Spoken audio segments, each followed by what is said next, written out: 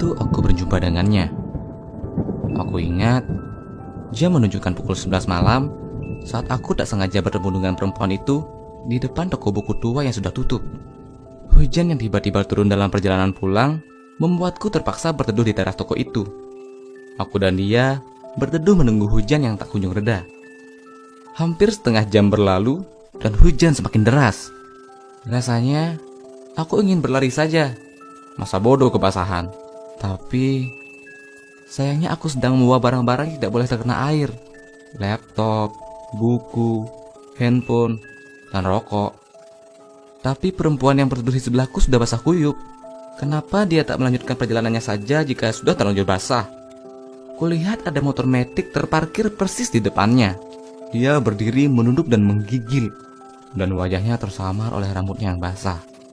Kulihat lagi, kok kepalanya menunduk terus ya? Apa yang sedang dia pikirkan? Aku tidak mau cuma lihat-lihat lagi. Kuberanikan menyapa. Hai!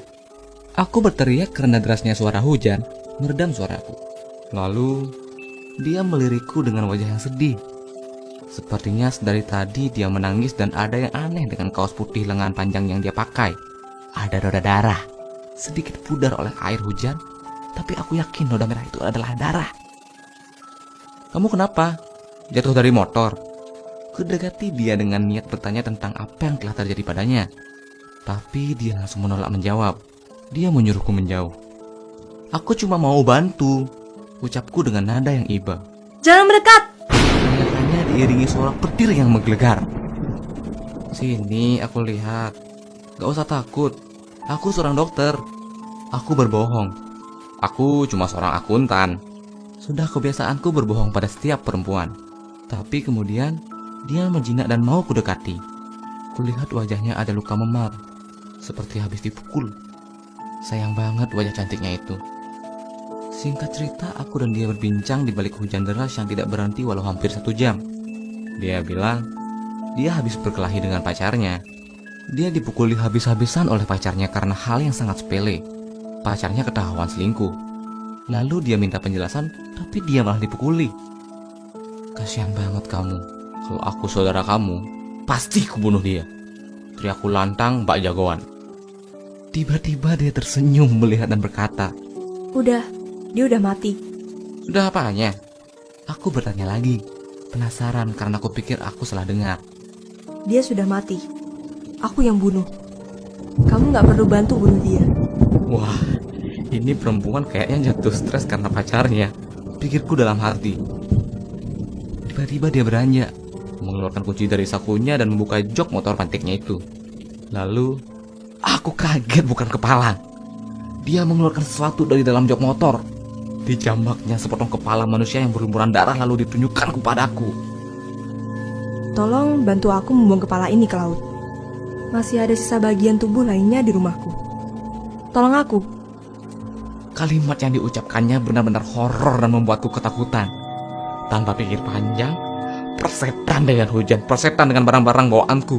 Tas, laptop, handphone, dan rokok sebungkus yang baru kuhisap 1 batang tadi sore, kutinggalkan begitu saja. Aku lari secepat mungkin pulang ke rumah. Sesampainya di rumah, aku dobrak saja pintu rumah karena kuncinya tertinggal di tas. Begitu ketakutannya aku seperti melihat hantu. Aku benar-benar sangat takut. Kok ada perempuan cantik memutilasi pacarnya? Malamnya apes. Keesokan harinya aku bangun telat. Aku kesiangan karena susah tidur akibat kejadian itu. Kupikir lebih baik tidak masuk kerja hari ini. Aku ridak keluar rumah. Aku masih parno.